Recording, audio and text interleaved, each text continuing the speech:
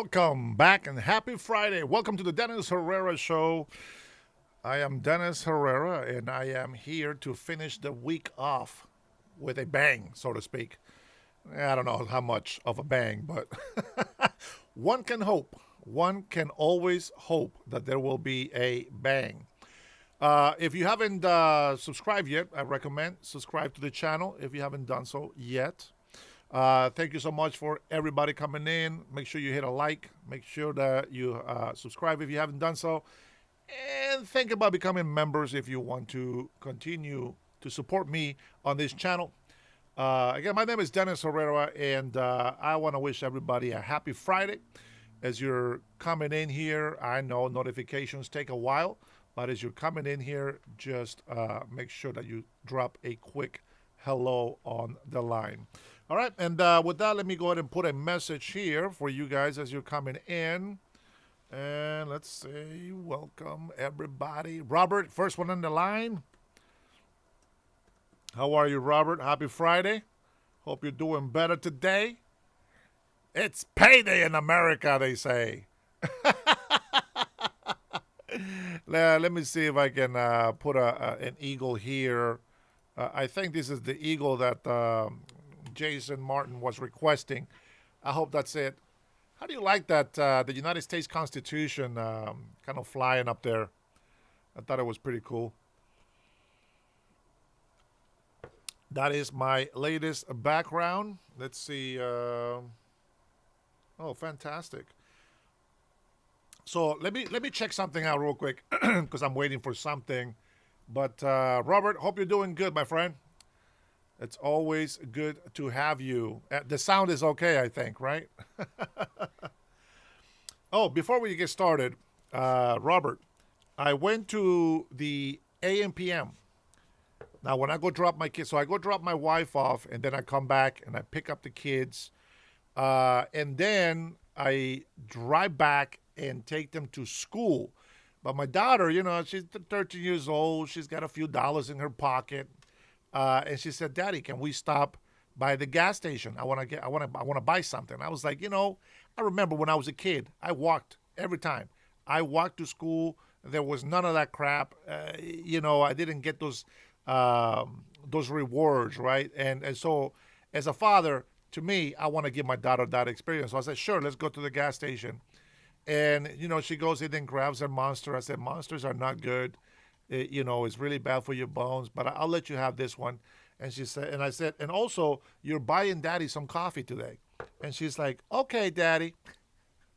And then she grabs some gum and we go and pay, and she gives me $12.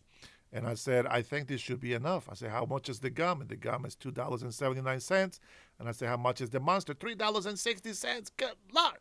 And then my coffee was a couple bucks or something, and turned out to be like $9. So she got $3 change. And I grabbed this coffee because it said Colombian Rich Coffee, medium dark, which is what I like. There's practically no flavor on this thing. it's horrible. But I got my white coffee going on. I got my white coffee, some mushroom coffee as well to go with it, and that's what I'm going to refill my cup with, and hopefully it doesn't taste gross.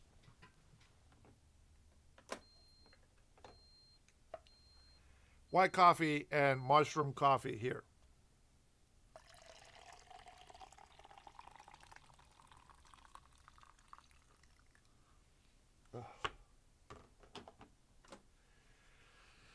I'm not going to lie. This can be torture. It doesn't smell like coffee. Man. Let's see if I need to put some sugar or sweetener to this. It's so nasty. We'll put one. We'll put one. Hey, you know what? This for some reason this light's too bright, I think.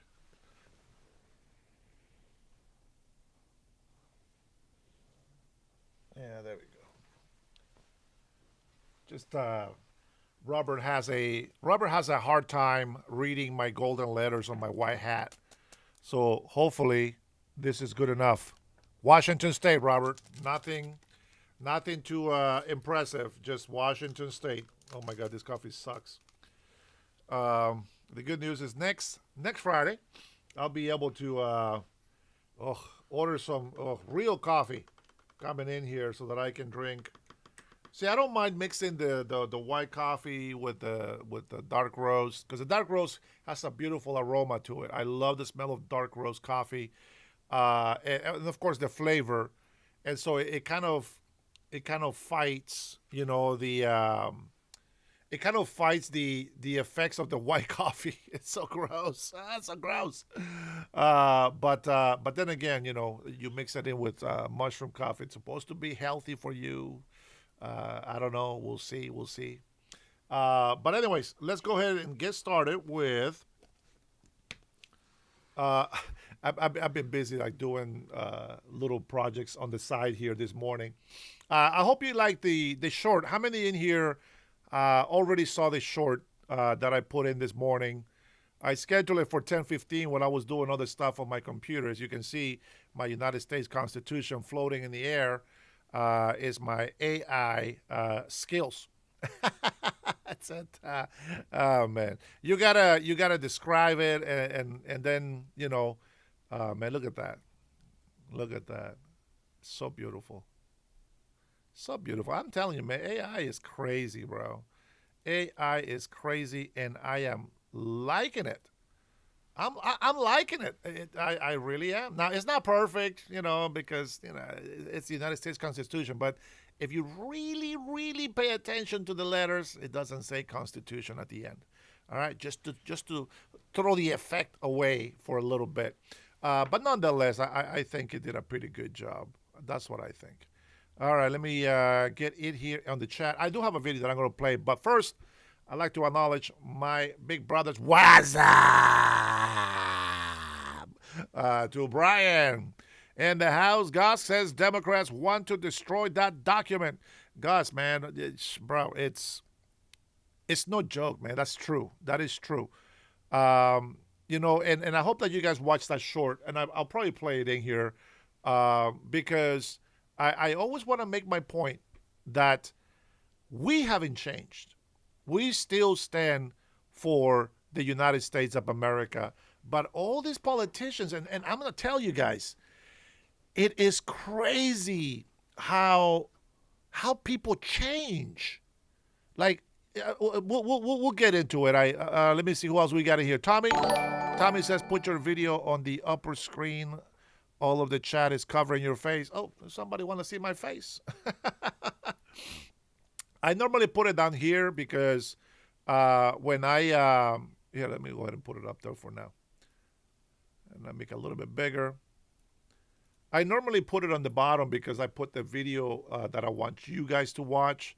I really don't care about my face having the letters. On the computer, it looks good because the live chat is separate. On the mobile devices, that's where it covers your face. Now, I like to have the picture a little bit bigger for when I'm sharing my screen with you. Okay. Scott Keller says, "No, I'm rich. I'm not rich. I'm Dennis." Oh man, Tree Ruggy. Trump is number one. Well, he's certainly doing a good job. Let me take another sip of this nasty ass coffee. Ugh, it didn't taste as bad as the first time I tasted it. It's kind of like taking a cold shower. You gotta get yourself wet first, and then get in the shower. You still get the shivers and all that stuff, but that's how you get through it. Precious is definitely prettier. Let me tell you something. Sometimes that woman is the only thing that keeps me sane here in this world. That's just a joke. God is the one that keeps me sane. But my man, hello to my man in the chat. Audrey says we've had a Republican POTUS, House, Senate for over a year. This is as good as things will ever get for conservatives. Democrats are 87% favorites to win the House. On Poly Market, 52% to win the Senate. Um, you know, I know how it looks. I know how it looks. But if there's one thing that I have learned in life, in almost a 5 decade life experience, yes, couple of months, let's see, April, May, and June, 2 months, 2 months, and I'm going to be half a century old. And I'm so happy. I am actually happy, thankful, grateful that God has allowed me to live this long. I really am. I have plans for my life. I want to do things. I want to do other things. But it has to be God's will every single time. All right. With that being said, I am very happy to be able to have this show and have the interaction that I get with you guys. It makes my day. Somebody's mentioning my accent. You know what that means, guys. You know what that means. Michael, say it in soul, Robinson. You know what that means. Who knows what that means? Is it time for shut up? No, I don't mean putting time out. Second Robert in the house, a Latin Democrat. Welcome. When somebody making fun of my accent, it's time to shut up video. Here we go. Once a stronghold of forces loyal to Wait. See, this is why I have my screen on the bottom so that I can be ready to have these videos play for you guys right away. All right, let me go ahead and turn that back on. I turned it off there for a little bit. My bad. All right, here we go. Once a stronghold of forces loyal to captured dictator Saddam Hussein, the city of Tikrit, here in northern Iraq, is now firmly under the control of American forces. Or is it? These members of the Iraqi resistance movement, still loyal to Saddam Hussein, think otherwise. The Americans tell lies. Each day our forces grow stronger. Each day we move closer to our goal of driving the infidel... What are they? Nothing, carry on. Driving the infidels from our motherland. We are not afraid to... Are they subtitles? They are, aren't they? No. Well, what do I need subtitles for? Can't you understand what I'm saying? I studied English at the bloody American University in Cairo. Well, obviously I can understand what you're saying. Oh, but you see how they condescend to us with their subtitles. Oh, maybe it's teletext, for the hearing impaired. Teletext. No, a lot of TVs come with teletext nowadays. Wait, say something again. My friend has an 80-something... Hey, how come he doesn't need subtitles? Well, obviously he's comprehensible. No, and I'm not. Look, if you... I speak perfect English. She sells seashells by the seashore. Peter Piper picked a peck of pickled peppers. Round the ragged rocks, the rat... Oh! The situation remains as dangerous and volatile as ever here in northern Iraq. While the rebuilding continues... What? I can't understand you speak English. Where are your subtitles now? Oh, you think you're so good. Look at me. I don't need subtitles. Kerry Downs, Iraq. Shut up. You detect my accent, huh? Oh, man. All right. So this is the new emoji here. I think, who was it? I think it was Steve. He's a new member of my channel. Now, you have to be super chat. You have to be a general in order for you to have your own emoji.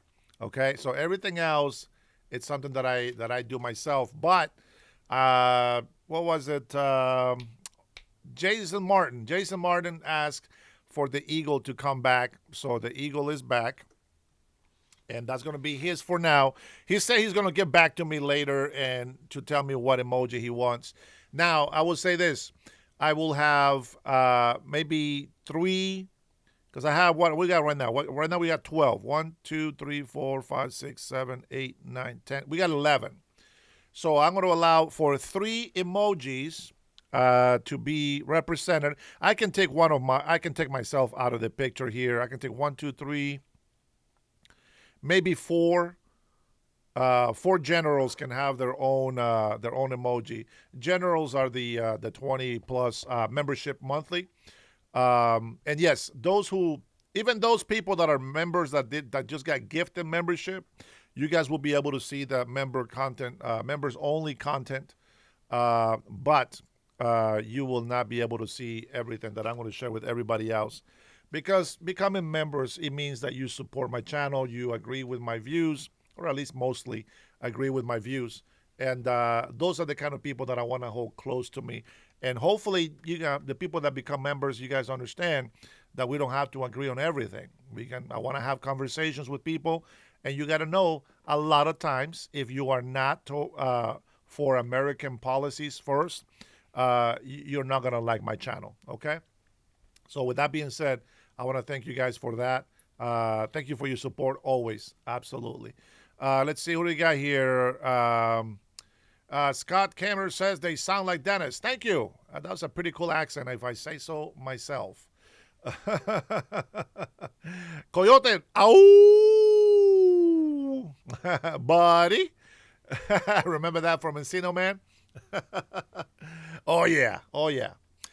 We are going to watch a clip from our good friend that doesn't know me, our good friend Dave Rubin, and he has a couple of people on his panel, and they're going to talk a little bit about Mandani, and anything that they say, of course, we already said on the show, but, it is what it is. Let's see, that's why would my members emojis be not there on both? No, all the member emojis should be there. If you're signed in with a different username, of course, it's not going to be there because you're not a member on both usernames. I hope that makes sense. If you have a question, man, you can call me and then you can explain it a little bit better for me. Okay, maybe I'm misunderstanding the question there. I do have the White House app. And, well, today is the 1 anniversary of liberation. This month. This month is Liberation Month, and I'm going to read April 2nd, I believe, was the liberation anniversary. And I'm going to read some of the things on here that they believe have accomplished with these tariffs that we now have. And we'll see how that goes. We'll read it and we'll see how much of that we agree with, right? Because we all have different, perspectives of how things work, how things look, etc., etc. One of the topics that still continues to flow around is birthright citizenship and immigration. So that's something that you guys can ask questions about. And, a question that I have for people is how do protesters help the economy? Because they blame Trump for everything. They say, the economy is doing bad because of Trump's war and this and that. But they're not really saying, what can I do to help? And instead what they do is they go in and they destroy property. They don't help. They go out there and riot, and cause all these expenses, and they think that this is the right way of protesting. I don't think they think things through, So, it is what it is. Alicia is a pile of shit, apparently. Don't call yourself that, sweetheart. I'm pretty sure you're a nice lady. I'm sure you're a nice lady. We are definitely waiting for Ilhan Omar to get deported, for sure. All we have right now is just rumors. That's all we have, rumors. So I want to say again, here we go, guys. Don't forget to hit like or double tap that screen.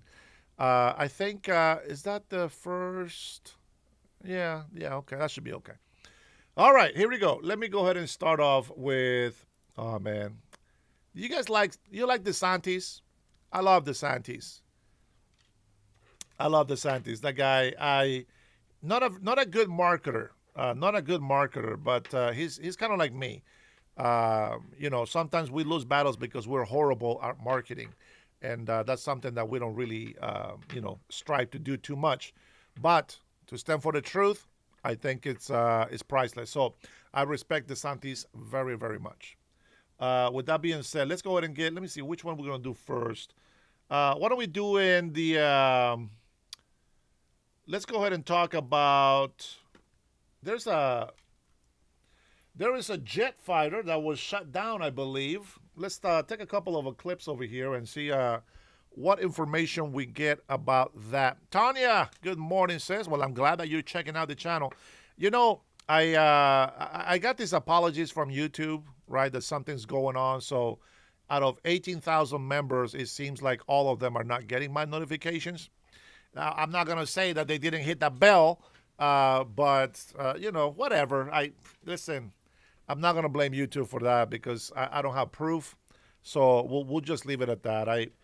I believe they're working on the problem or whatever. It just seems like they have been fixing the problem for leftist podcasters. Let me just say that. I get 60, they get 4,000. Go figure.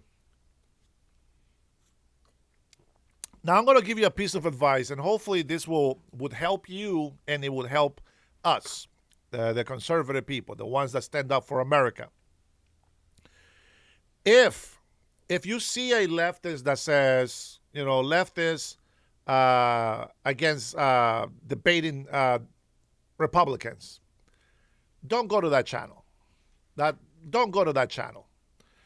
If you want to make a difference in this country, you have to hang out with a like-minded people. Okay, you already know that the leftists, it's not for the country. It's not for the country. We already know this. Okay, and if you watch my short, which by the way I will probably play it here again if you haven't seen it. But I show a clip of Nancy Pelosi, and just the way that Democrats used to be, and they're no longer that part of Democrats. They left the party a long time ago, and they're betraying us. And the reason why a lot of people don't see it is because they're still using the Democrat name for the party. So there's that. The chatty gamer, of course, the chatty gamer, bro. Listen, I know you have mental problems. I got you, bro, but you got to control yourself. 178,000 jobs added in March. Yes, I know about that. Let's go ahead and take a listen here to information about this jet being shut down. Let's take a look and see what's going on here. President Trump has been briefed on a U.S. F-15E fighter jet downed in central Iran, where a search and rescue mission is underway. We are expecting a statement from CENTCOM coming soon. Fox News' Jennifer Griffin is here with the latest. What do you have for us, Jennifer? Well, what we can confirm, as you mentioned, the president has been briefed on this F-15E. It's a two-seater warplane that went down in this southwestern province. This province is very close to Kharg Island, which we've been talking about a lot lately because that is where Iranian oil flows through. There's been some talk of taking Kharg Island, but this area in the southwestern remote part of Iran, the F-15E was flying, and there was a very dramatic daytime rescue operation that we've seen some visuals of the Pave Hawk Air Force helicopters. Those are the special forces teams that go in when pilots are down. We have seen visuals of a seat from the F-15E that apparently ejected from the plane. There's a parachute attached to that seat, but no pilot, obviously, in the vicinity. The rescue operation is ongoing, we understand. It's very rare to take a daytime rescue operation like that because those helicopters are so vulnerable to being shot from the ground. So it shows that time was of the essence. We do not have a statement yet from CENTCOM. They have been in meetings all morning since the news first broke of this F-15E Strike Eagle going down. You'll remember at the start of the war, there was a friendly fire incident in which 3 F-15Es were shot down in Kuwait. It was a friendly fire incident by a Kuwaiti pilot who was overly zealous and mistook these pilots. Those pilots, American pilots, survived. In fact, one of the F-15E pilots went back into combat and was flying missions over Iran, we understand. So we are still awaiting details, and the Iranians obviously are seeing this as a big propaganda win, but we don't know whether this plane was shot down or whether it had mechanical difficulties. We will have to wait for more details on the incident itself, but it does show that the Iranians, there still is a threat to American pilots who are flying over Iran, and we reported earlier that the Iranians still have a large number of missiles in their arsenal, despite the 11,000 plus strikes targeting their missile storage sites and their missile launch capability and their air defense systems. Back to you. Jennifer, thank you so much. Dagan, I heard sort of you nodding in there. I think a few things that stood out to me is bordering Iraq and roughly the size of West Virginia. That area is dominated by fertile plain, large rivers. It lacks a lot of the high peaks of some parts of Iran. As the sun was setting there on Friday, she said it is tough to conduct search and rescue during the day.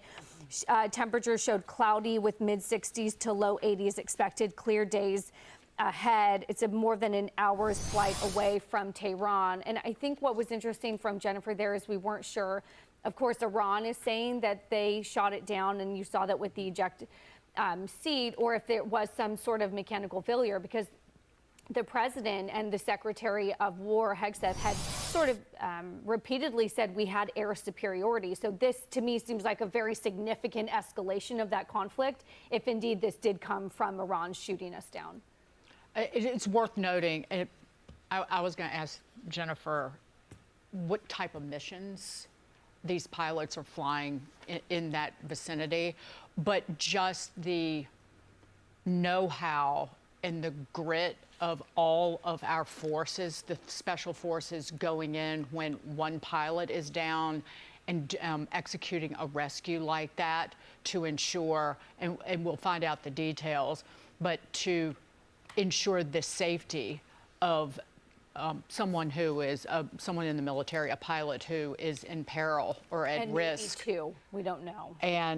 But at the same time, the other news that we were getting out today is that Iran was keeping up attacks across the region, that the UAE, the United Arab Emirates' largest natural gas processing facility, had stopped operations after debris from some projectile interception sparked a fire. Kuwait was reporting damage to a power and water desalination plant after an attack early Friday. Saudi Arabia said it intercepted several drones in the early morning hours. So this is a hotbed of conflict in Iran and in the region.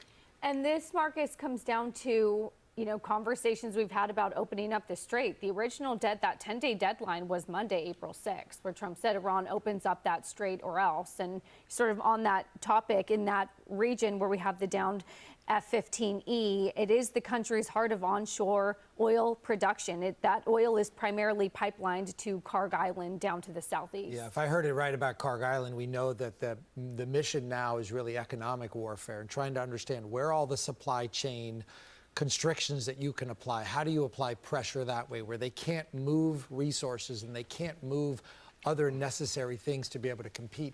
I'm hopeful and I'm praying when you see a seat ejected and you see the parachute, it doesn't look totally destroyed. I'm hoping that pilot is walking, hiding, doing something. I would assume that if the whole thing was blown up, that there would be nothing. But and we're hearing, I think there was 2 crew members in the F-15E, Jackie. I think obviously very concerning is the governor of that region had sort of we're hearing this from Iran state media, so I want to be very careful. We don't actually know any of this, but we had heard that the governor of that region had sort of effectively kind of put a bounty on the head, saying that if you captured those pilots, maybe 1 or 2 alive, they would be significantly rewarded. Of course, there's search and rescue underway to try to make sure that that doesn't happen and that they don't get into enemy hands. Right, and this is while human rights activists are continuing to report that Iran is executing its own people on the ground. So if that report is true and that there's a bounty on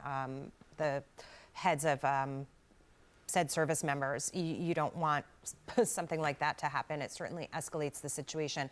But as I stand back from 1,000 feet and look at all of this happening, Brian, you talked about, in a different context, but this idea that maybe we're dealing with a less potent regime in some way, maybe a more reformed leadership now that the top leadership has been taken out. I don't buy it. They're at every opportunity to de-escalate, it appears that they're escalating all the stuff, Dagan, that you were talking about, all of these different attacks. And so I just don't see how there is any agreement, any deal with any member of this regime. They will never release the Strait of Hormuz. They will never make it easy to have ships going in and out. Toll, no toll, I don't really care. They will make it impossible. And so, I go back to this idea of revisiting regime change for the sake of the people on the ground, but also for the sake of knowing who you're dealing with as you move on into the future. If you had, for example, the former Crown Prince leading a transition government and elections and an opportunity to have leadership that wouldn't be pursuing nuclear weapons, that wouldn't be looking to aggravate shipping in the Strait of Hormuz, that would be looking to do business with the rest of the neighboring regional countries, but the rest of the world as well, what a truly different place the Middle East would be, but the globe as well. So I don't see how you finish the job here in any way with any of these people in charge.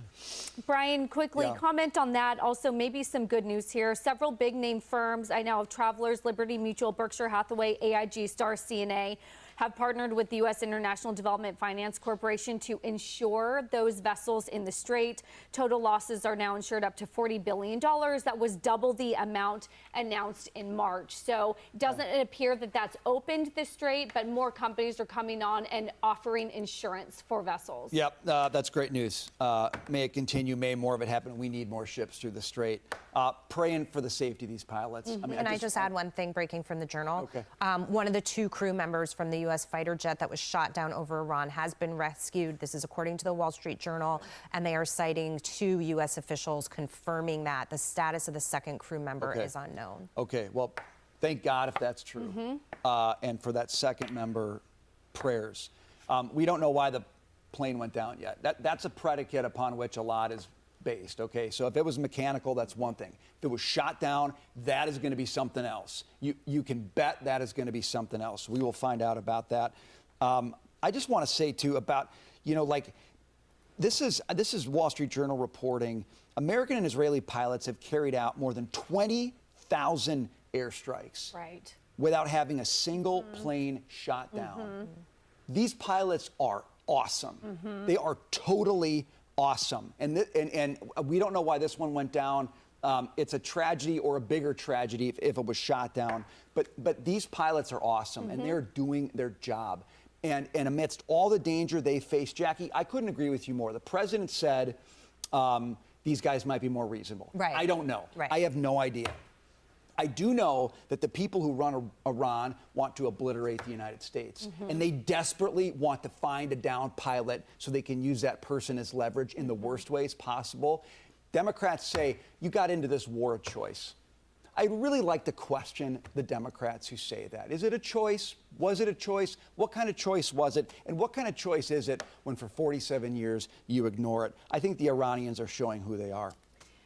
A lot of people, and I'll end with this, Brian, are citing that the fact that it had been over a month without a downed F-15 showed a success in and of itself, given that there could have been a lot more. So we'll continue to watch the story as it develops. And that's something that I think is important to realize, right? When none of us, I'm sure, none of us want war.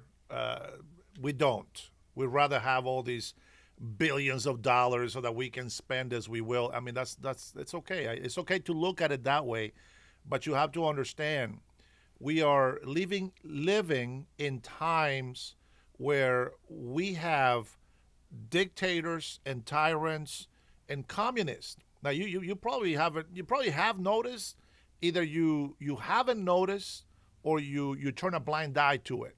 But you have to, the way that I see things, and by the way, the reason why I am the way I am is because of my mother. My mother was always into politics. She always took me around with her and everything into politics, and I've always taken a diplomatic approach to politics, to the country's safety and all that stuff. And I've always questioned myself, as a kid, why is Honduras losing their economy? The Honduras dollar, which is called el empira, but the Honduras dollar was 75 cents to an American dollar. And now we're looking at almost 27 Honduran dollars to an American dollar. And it's ridiculous, but I've also noticed how it has been a socialist government. And every time that it changes mentality, it gets better. Goes back to socialist, and it gets worse. I'm sorry, but that's just the way it's turned out. And so I didn't know then what I know today.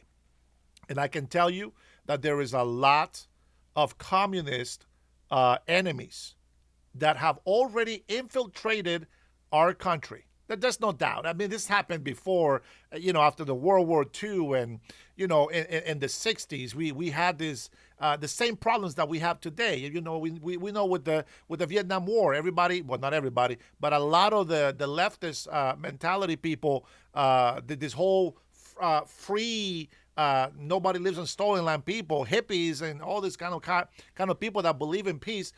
They hated our soldiers coming back from Vietnam. And that is shameful. That is shameful. The best thing that we can do is support our American military. They represent us. And if everything that we have done, I'm not saying that is right, but if everything that we have done till today has made us the greatest nation, the greatest country in the world, we shouldn't give up on it. You have to understand, socialism doesn't create jobs. It takes away the money from those who actually create the jobs. So yes, all this money that's going on in war, we have to make sure that the world knows that nobody can mess with us. Why? Because we need to protect sort of our children. That's why. We got to be able to do that. If we don't do that, this country is going to be lost. Look, Antifa. Antifa was created not too long ago. And all Democrats, every single Democrat kept saying that it doesn't exist. Antifa is just a figment of your imagination. A figment of your imagination. And there they are, committing riots, destroying property. And Democrats says, peacefully protesting. Unbelievable. Let me tell you about a peaceful protest. Let me see if I can find it. There was a video from CNN, of course. Let me see if I can get it. I'm sure that I can find it back. This is, let me see if it's this one. Let me make sure I find the right one. Here we go. Now, this is a video from CNN. This is what happened when people think that they're peaceful protesting. And I want you to go ahead and challenge me. Tell me how this is much better. Okay? So, I will say this. You can deny all you want. But if you are for America first, you got to pick a side. If you think that supporting Iran is the way to go, if you think that supporting France and Italy and Spain and all these countries that we have been defending for so long, if you think that's the way to go, you're wrong. And let me tell you something. I'd rather have real friends next to me than just a few real friends next to me than a bunch of hypocrites that lie to me and want to destroy me. 100%. I'll take a few friends that will go ahead and help me fight evil. Antifa. Number one. They say they're anti-fascist, but yet they are being fascist. Congress, Democrats, they say we don't want a king, yet they go and protest somebody who is not a king. They go out there and says no kings, only drag queens. What the hell? What? Those are the people that are easy to control and manipulate for evil. You know why? Because there's no conviction for doing evil. Evil is so easy to do, but to do good is very difficult. And some of us, we will like to do good. We don't want evil. Let me tell you something. Every single president before Trump has said Iran is a problem and it must be dealt with. 2016, President Barack Obama said, hey, listen, we got intel. Now, Iran cannot possess nuclear weapons, but we got intel. Everything is cool. He suspended the sanctions. And, listen, doggone it, you got to be able to do your homework. Barack Obama, he was more Muslim than Christian. As a matter of fact, he made fun of Christian. He made fun of the Bible. I don't appreciate that. But you know what? Freedom of speech. Even if he's the president, sure, he can do that. I don't care. We are not here to convince him to be saved. That is his choice. But Barack Obama said, listen to this. Now, not ever has this Iranian, the Ayatollah, since 1979, has stopped saying, chanting, and now they actually said it's not a slogan. It is a commandment. Death to America. Now, if you live in the United States of America, I will think that you are on my side on this. I don't care if you're an immigrant, legal or illegal, or if you're in Africa right now, or if you are in Argentina or Australia or the UK, whatever you're watching me from. If you are against the United States of America right now, let me tell you something. You are for the terrorists, the people that want to destroy your nations, your states, your cities. Listen, it's not a racist thing, man. This religious war has been happening for hundreds of years. Hundreds of years. And we got to take it seriously. We are at a point today where everything has been smooth. You know, we got the terrorist Islamic attacks, 9/11. We said never forget. And what's the first thing that we do? Boom, put a mayor, Islamic mayor in office. On top of that, he's a communist. Never forget. And then they go and use that 9/11 to say, oh my God, all the people with the jihad on and all the burqa, they are the victims? Seriously. You got to pay attention, man. So anyway, so this war that's going on right now, yes, we're using billions of dollars, but you know what? We're making a statement. We're making a statement. You don't mess with the United States of America. And you know, it will be a lot easier. It will be a lot smoother. And it will be a lot faster to take control if people got a hold of the vision that we have. And that is to keep America free with liberty for all. Now, that doesn't mean that illegal immigration will be overlooked. That is always on the table. It has always been on the table. As a matter of fact, let me go ahead and play my short. I know that you guys probably seen it. Maybe you haven't. But let me go ahead and play it here real quick. Let me see where I got these. That's so funny. It's so hard for me to find my own videos.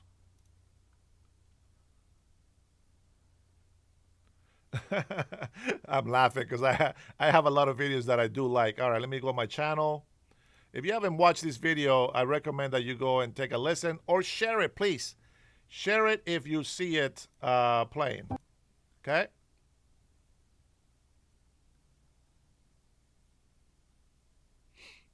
Here we go. I haven't changed. Most of us haven't changed. But they have changed. And what I'm talking about them is the actual Democratic Party. The Democratic Party started off as a very bad thing. They were the party of racism, they're party of the KKK, they were the party that hated our minorities, blacks, etc. Then they took a turn and they changed that stand. Well, so we thought. And I supported all Democrat policies because they were for America first. Now, with that being said, I want you to listen to Nancy Pelosi and how she talks about the borders. She talks about the borders as any other American citizen with common sense and for sense of security for our country would actually think. Check this out. Broken borders. That's an oxymoron, something we can't tolerate. Borders, of their nature, our definition as a nation and our protection as a country. Broken borders, they don't exist. In all that we must do as elected officials, we have the responsibility to make the American people safer and to make America stronger. We can make America stronger not only at our borders, but in upholding our values and our principles. I haven't changed. Most of us haven't. And that's it. If you haven't watched it, you got to go watch it. You have to pay attention to what's going on around us. Listen, if I wanted to be a preacher and I was looking out here to save souls, I'll be out here preaching off the Bible and telling you all this stuff. You know what? I always share the message of salvation, sure. But you know what? That's not what we're here for. We have a mission to tell the truth so that everybody knows what's going on in our country. But you can't be naive or let yourself be gullible. You got to be able to make up your mind on a lot of the issues. And if you think that agreeing with me is going to make you a better American citizen, well, maybe, maybe, because I do stand for America first. But you have to make your own research. You can't just go and say, those people like Manuel Correa. This guy is so ignorant about what's going on in the world, not along the what's going on in our country. This guy said, it's either blue and red. No, you got to pick a side. It doesn't matter if politicians are corrupt or stupid. I know that. But you got to pick a side. You can't just be in the middle so that you can make yourself better than everybody else. So that you can be self-righteous and take no blame for your sins. You'd rather blame the left or the right, but you are in the middle. You are the one making the dumb decisions to support stupidity that is actually destroying the United States of America. There is no blue and red when I talk about borders. When I talk about illegal immigration, there is no blue and red. Only American. And you sit there and defend illegal immigration. So I don't give a crap about what you think if it's red or blue. It has nothing to do with red or blue. It has to do with policies. And if I say Democrats, it's because that's what they call themselves right now, even though I know they're not Democrats. Because if you've been on my channel long enough, you know that I play you the video so that you can see who they were. They were just like us today. We haven't changed. They changed for the worse. They used to believe on securing this country. They used to believe that we needed to put more money on the border security. They used to believe that Americans were first. And now it's the opposite. And I ain't down with that. I am not down with that. Listen, if I insult you, it's because you deserve it. I read a lot of comments from people on my videos, on my shorts, and your stupidity never ceases to amaze me. So when you come in and you say, hello, how's the family? I don't give a shit about how you want to know about me and the family. because I know your true emotions and your true feelings and intentions. So excuse me if I don't believe your hypocritical hello in the morning. If you don't stand for the United States of America, you are going to lose your country. Anyway, let's go ahead and let's dip into let's dip in on, I think it's Dave Rubin.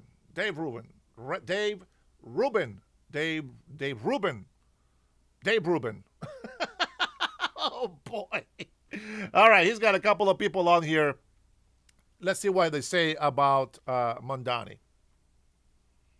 Let's just dive right in. As you know, there is a communist / Islamist / various other adjectives who is now mayor of New York City. And surprise, surprise, he's not happy about the war in Iran. In the face of Americans facing a historic affordability crisis, that we have the pursuit of something that has already cost $23 billion thus far, the kind of money that could transform working class Americans' lives, whether through investments in Medicare or teachers or even elimination of student debt for tens of thousands of Americans, and all of that being thrown aside for the pursuit of yet another regime change war. And it's a war that should be opposed on every single ground, not just procedural, but also moral, but also political, and also a war that should be opposed on the grounds of the fact that it is being financed by the very money that could make it easier to keep calling this city, this country home. And yet there is a blindness to that fact, all while we're being told that this is not what we're seeing with our own eyes. I like how they try to say, "Oh my God, all this money, it could have." Shut the hell up! You don't even know what the hell that means. You don't know what that means. You think that when we say no, we don't want wars? That's the truth. We don't want wars. Trump doesn't want wars. But he also knows that he needs to fight. Fight and fight. We are not going to be a weak nation because of cowards. And I am sorry, I got to use that word, but it is what the word. We need people who will fight for this country. And I'm going to point out, Manuel Correa, I don't even know if he's even legal in this country. But I'm going to tell you something. When you said that both sides are wrong, that is the wrong approach. Both sides can make, mistakes. I get it. But the policies that Democrats have does not benefit the United States of America.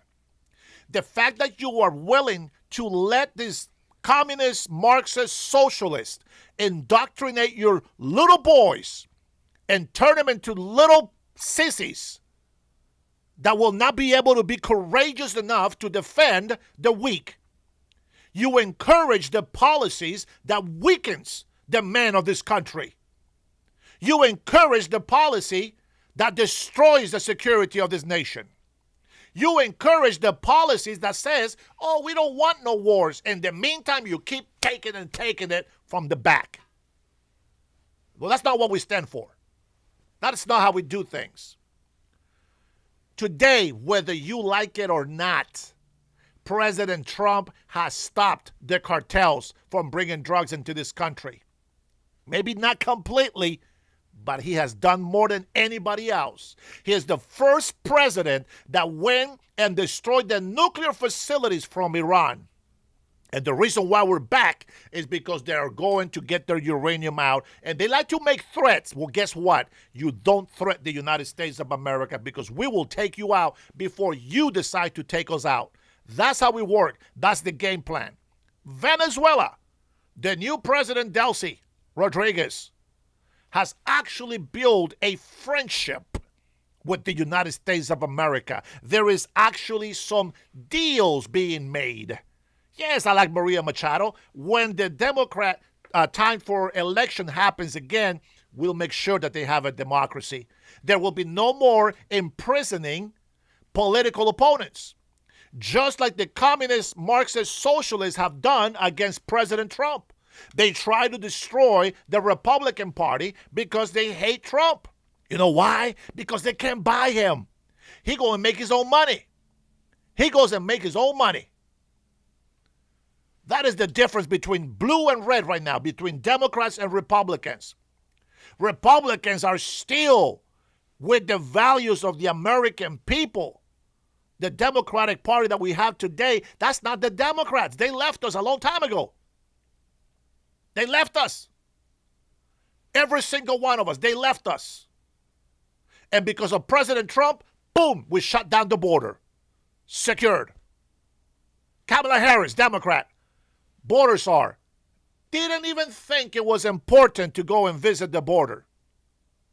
Goes to Honduras and give a communist president, Xiomara, some old-ass limos that we don't use in this country anymore. And that's how she buys the loyalty from the communist Xiomara, sending thousands of illegal Hondurans over here to this country so that we can get billions of dollars in remittances. Please. I don't stand for that. I don't stand for that.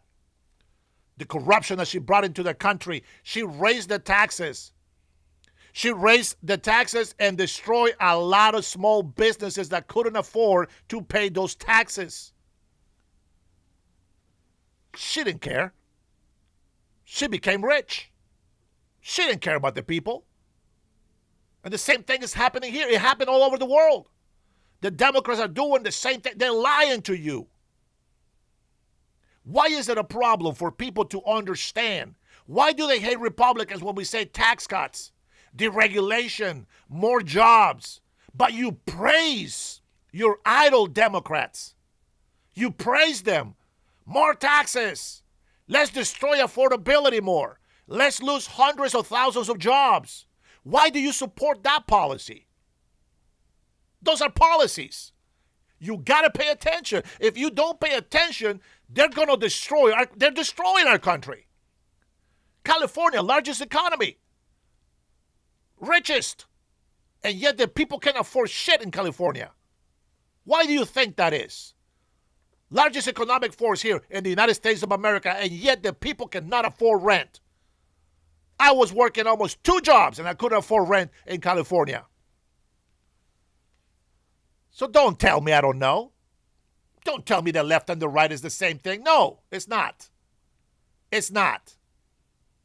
We don't believe in giving billions of dollars to illegal immigrants. We believe in giving billions of dollars to secure our nation and to show our might so that the world respects this country. And guess what happens?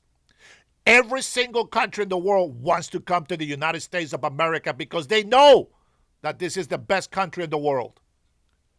And if you continue to support those communist agenda policies, you are part of the problem.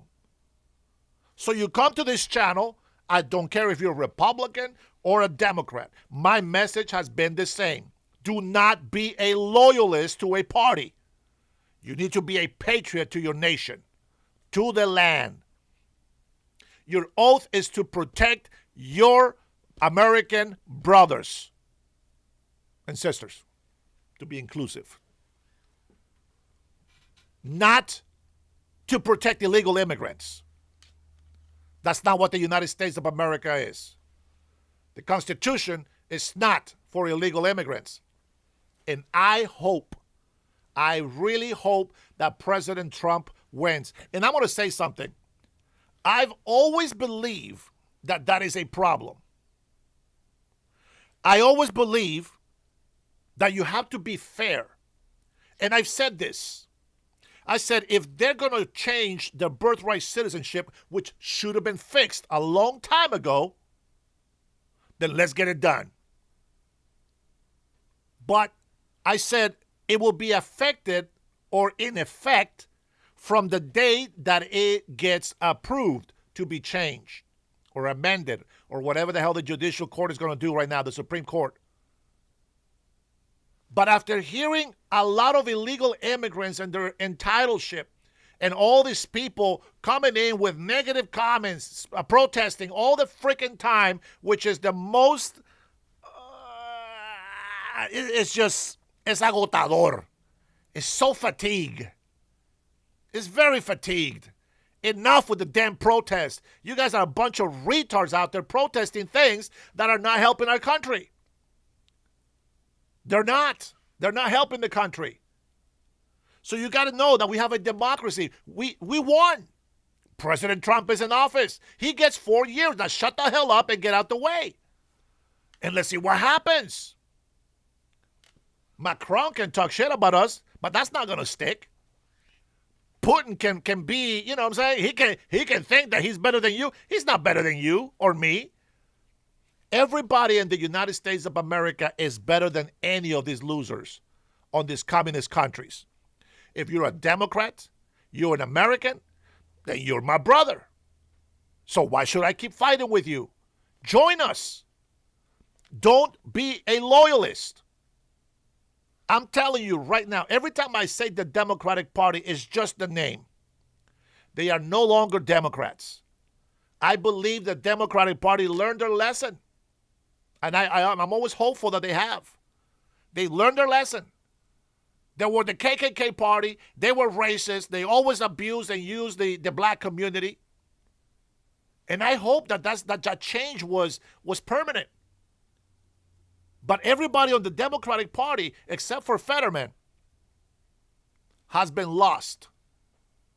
I'm going to say this, and I, you know, I'm just a little podcaster. Tucker Carlson. I got to talk about it. Tucker Carlson has got millions of subscribers. I like Tucker Carlson. I supported Tucker Carlson. But for some reason, flip, 180, flip-flop. He's not the same guy. He has been corrupted. He has been corrupted. He's no longer the same guy with common sense. He's going on off the edge with theories about Israel. Candace Owens, a flip, 180. A flip, 180. She is no longer the same person. Megyn Kelly, when she left the network and she talked to some people about podcasting, she became pretty famous podcaster. Everybody likes Megyn Kelly. But then what does she do? Megyn Kelly goes on and says only Trump had the balls to go and attack Iran. But now she's like, who told him? Who convinced him? She flipped 180. Big flip. And that's why I made that short video this morning. I haven't changed. I came all the way, hey, Güero, all the way from Honduras. My mother taught me to respect the law in this country. Never told me to run for office, but she did teach me that because I thought that I was going to live in Honduras. If you want to make a change in your country, mijo, you got to run for office. You got to get involved. She was very political. I wish she would have taught me more about it because politics is ruthless. They don't care if you have a good heart or not. Money talks. That's how they believe. I don't believe that. I know money makes the world go round, but I think that if we have a leader that has the bleeding heart for the people, they will literally do everything in their power to make sure everybody's taken care of. It is crazy to know. I'll give you an example. You guys know anything about Samoa? I don't know if you do, but let me tell you something. How many players come out of Samoa? They come out and become millionaires. By the skill that they have, they make millions, okay? Millions. These people can put different businesses, privately owned businesses, can create jobs, make businesses in their Samoa area for the people to work, get employment, and they will still get that wealth back. But they don't do this. Like, if you get 10 millionaires and you got $100 million together, they don't build their country. They don't go and make a new dock so that they can have better import-export. They use their money with vanity, materialistic things, and it gets wasted, and then nobody benefits. How many football players do we have in the NFL league making millions and millions and millions of dollars? What have they done for their community? Giving food and shoes, that's not enough. What have they done for their community? Have they gone and said, hey, you know what? I'm going to put a business here. I'm going to put a business here. I'm going to put a business here. And I'm going to provide jobs, jobs, jobs, jobs. Shaquille O'Neal. Business, business, business, business. Help community, help community, help community, help community, help community. That's what you're supposed to do if you're rich.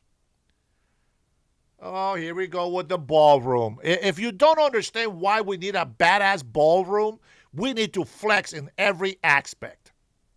The point that I'm making is that a lot of people complain about they're rich, they're rich, they're rich. But they never come up with a solution to make them effective.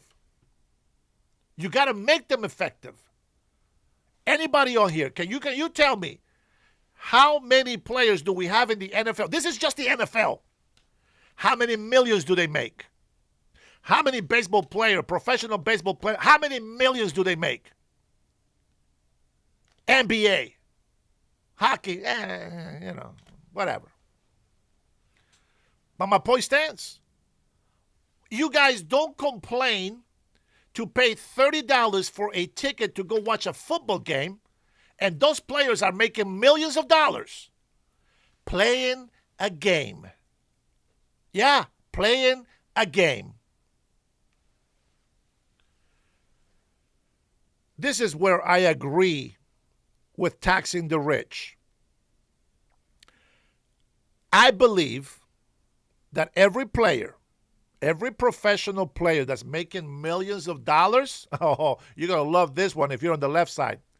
Everybody that's making millions of dollars, check this out. They can only keep $250,000 of that, and every rest of that money goes back to the government for taxes to be used for social programs. What do you think about that? Anybody? I want to see a lot of likes and comments on that one. I want to hear that you're okay with every professional athlete making $250,000 a year cap. The rest of their money goes into taxes. To what? To lower tax rates on sales, to lower taxes on doing business, to lower taxes for everybody, and maybe even get rid of the federal taxes. If you have income tax in your city, maybe they can get rid of the state tax, the city tax. Altogether, no more taxes. How do you feel about that? Isn't that fantastic? Edwin, nobody gives a shit about gas.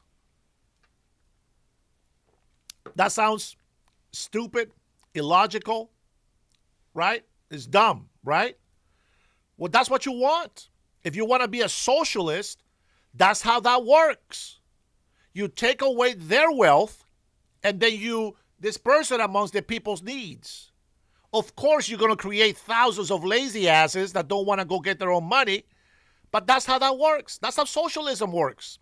And when that money is depleted, it turns into communism. You know why? Because the government's still going to want to get that tax money.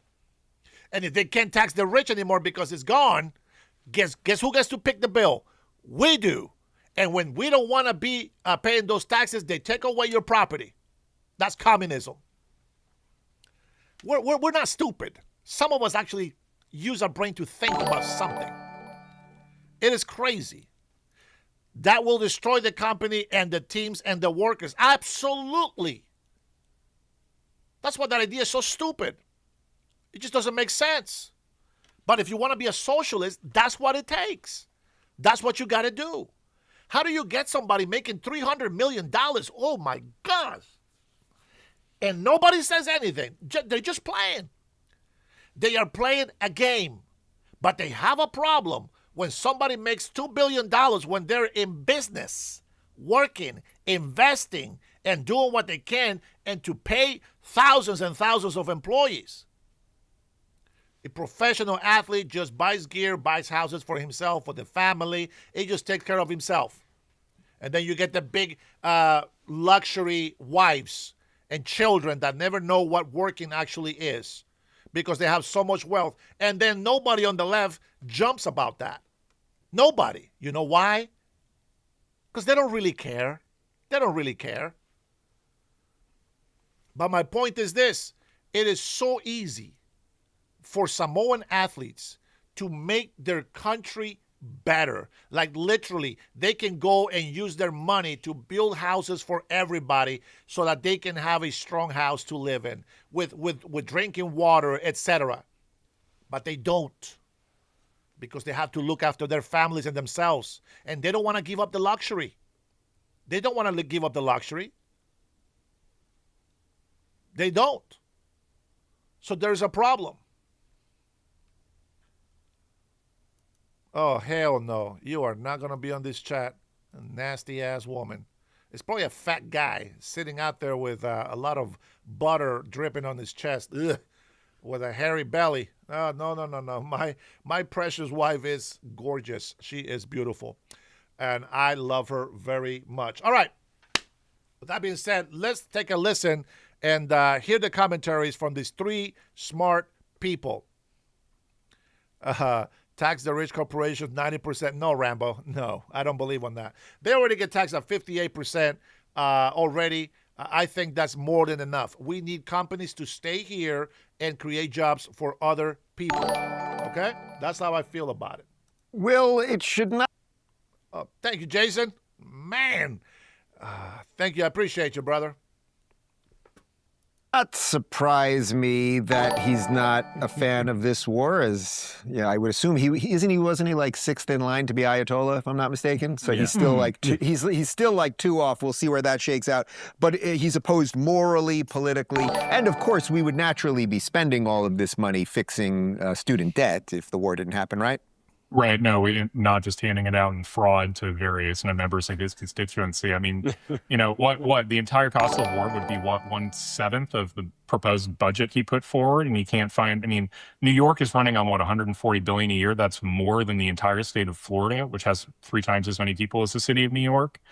And yet he's talking about like refunding student debt and stuff like that. Like, no, actually, I don't really feel like that's a great expenditure of money. Moreover, honestly, the long-term cost savings here are actually going to be real, because so much of our money that we spend in the Middle East is because we have to deal with the threat of Iran. We have to constantly be in a defensive posture against them. They're the primary antagonist of the one major country that, has been outside of our alliance. So a world in which the regional order in the Middle East has a peaceful and pacified Iran is a world where we're going to get to spend a lot less money over there. Ben, it seems to me that regardless of any of our feelings about the war in Iran or anything else, if someone doesn't like America, he's pretty much going to be on their side. Is that a fair heuristic here? Yeah, I would say pretty accurate there, yes. And I also just love the hypocrisy. How much money, and this is an interactive show, so everyone watching, just do yourself a favor. Ask Google how much money New York City or ChatGPT or Gronk or whatever was spent in New York City on illegal immigrants. And so if this dude's obsessed with we could have paid off student debt, he actually could have done that if he would have stopped giving 5-star hotel rooms and 4-star hotel rooms to illegal immigrants, not for days, not for weeks, but for months on end. Look at all the healthcare costs that they have in New York City. You want to send kids to school for free? Great. Stop having millions and millions of dollars go to give treatment to illegal immigrants that you've allowed to come into your city. This is the same guy, by the way, that said that all transportation should be free. Just checking. Did the price go up January 1st or did it not go up for you to get on a bus or a subway in New York City? I'm pretty sure it went up. So this is another example of a liberal that actually gets elected that's crazy. And they have all these crazy ideas. They don't actually get to implement many of them the way they claim they're going to. And somehow they're still yelling, saying, people are disenfranchised. We need to give reparations for X, Y, and Z. You're in charge, dude. Make it happen or shut up. Right, and it's man, hold out a little hope. And if the guys that we're negotiating with aren't working out, that's level 3 I think we're at. And you're only 3 levels off from being the next Ayatollah. So just a little. It would be his biggest job he's ever gotten, and he'd probably be proud of it. His wife certainly would. I mean, don't forget, this is his wife. This is also, I love interactive shows. Google it. True or false, did Mamdani's wife celebrate the October 7th attack and the killing and the raping and the taking of Jewish people that were at a concert and killed inside of their own country? The answer is yes. If you don't believe me, go look it up, because that's who's actually running this city. And I also think this comes down to the bigger issue here, and it's happening in this country. And you look at Europe, and I worry about this. I actually think the number one threat to this country now is the issue of, does America have the right to protect and defend itself? And that can include citizens that hate the United States of America. We're seeing this in Minnesota. We've had 4 terrorist attacks in this country in the last 30 days. People don't want to talk about that. And at some point, you have to look at what's happening in Europe and the attacks there, and you say, what is our obligation? What is the mayor of New York's obligation to protect and defend its citizens? I don't think this guy looks at it that way at all, and that's scary. It's a great point, because everyone's focused on illegal immigration and deportations, but we have a homegrown thing that they now know all too well in Europe, and I don't think we're even close to ready to have that conversation at a national level. But let me throw to this video, because Jamie Dimon, CEO of J.P. Morgan, of course, he's come out rather strongly in defense of Trump and what we're doing in Iran, not necessarily from a security point, but from an economic point. I think it's kind of interesting. Here he gets in. TDS triggering warning. To it with the CEO of Axios. Take a look. China's been a big beneficiary of our war in Iran. It is a war of choice. Are we handing sort of this golden opportunity to China and to Russia? Yeah, I would step back on that one a little bit. When you say it's a war of choice, I've heard a lot of people say there was no imminent threat. Yep. And a threat means that it hasn't happened yet. The bad thing hasn't happened. They've been killing people around the world for 45 plus years. They've killed a lot of Americans. They funded not just Hamas, Hezbollah, the Houthis. They have terrorist cells here. They were about to get their ballistic missiles, which I think you just found out can go almost 3,000 miles now. They never gave up nuclear. They were bad. So I don't look at this like, does it create all this uncertainty? Absolutely. Does it create, more short-term risk for the oil prices? Absolutely.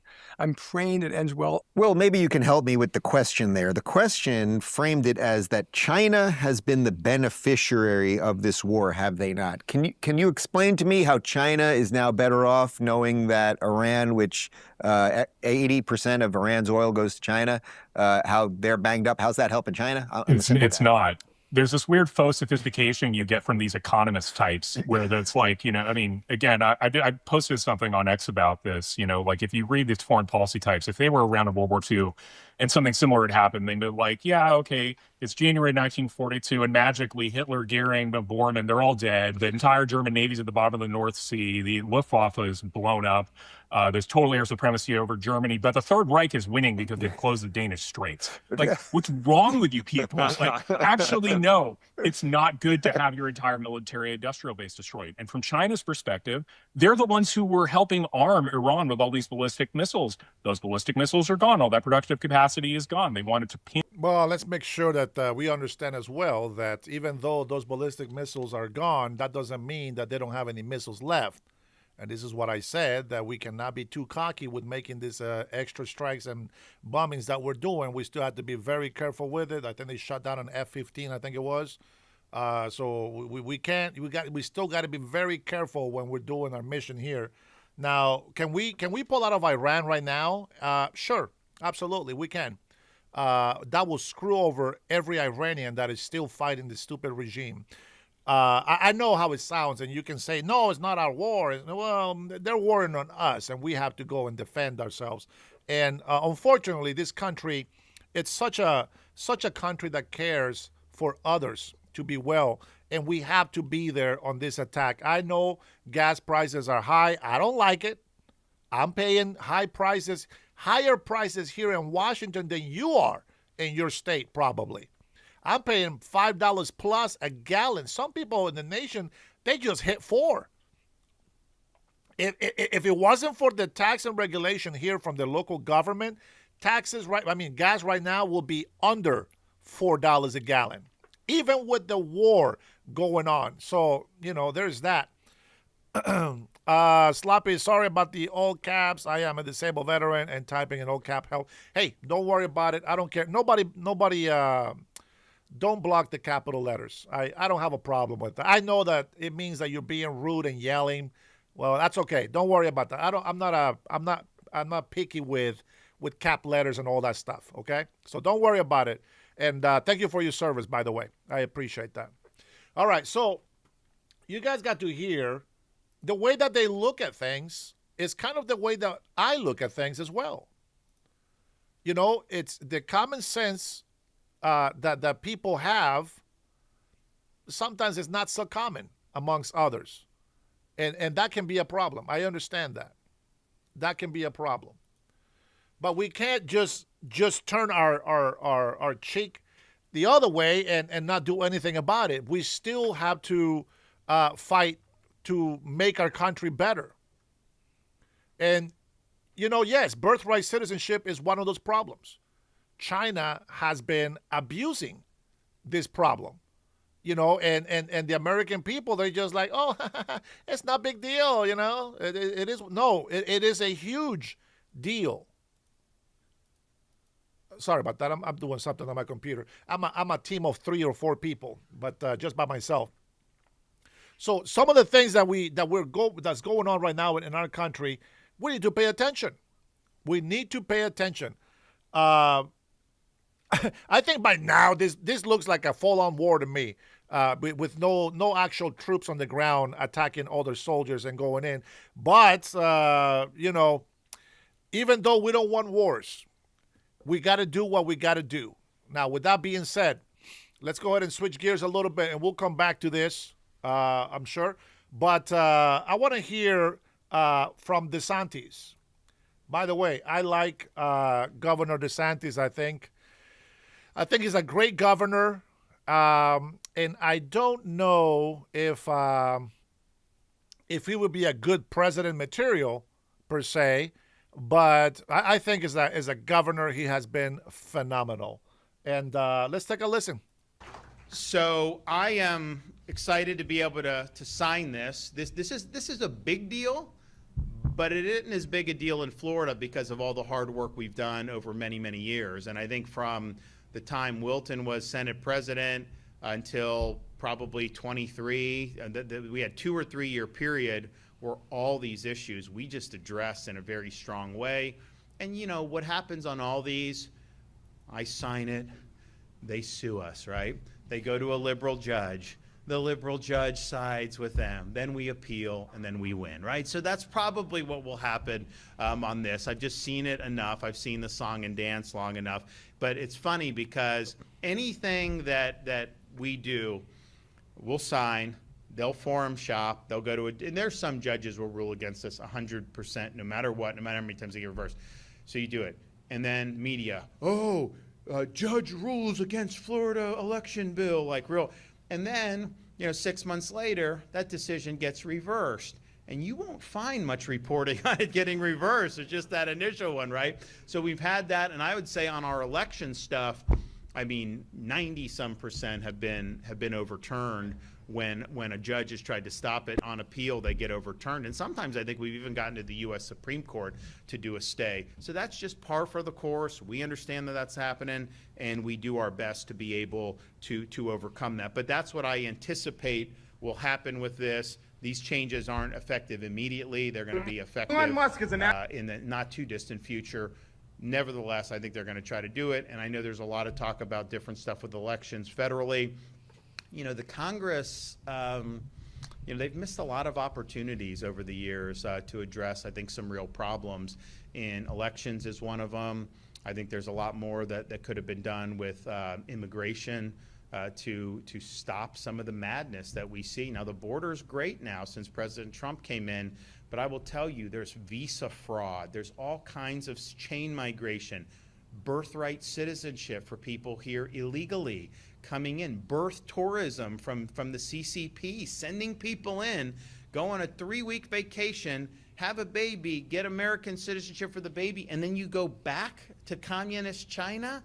How does that make sense? And the Supreme Court is going to hear arguments about the 14th Amendment and whether that means that citizenship applies to people that are not authorized to be here. Now, when the founder, well, it actually wasn't the founders, it was the Civil War generation, when the framers of that provision of the 14th Amendment, what they were trying to do was overturn the Dred Scott case, because the Dred Scott case said Dred Scott was not a citizen of the United States, which, you know, he was, you know, came from a family that, you know, you go back far enough, was brought here against their will, and then this is the only thing he knew.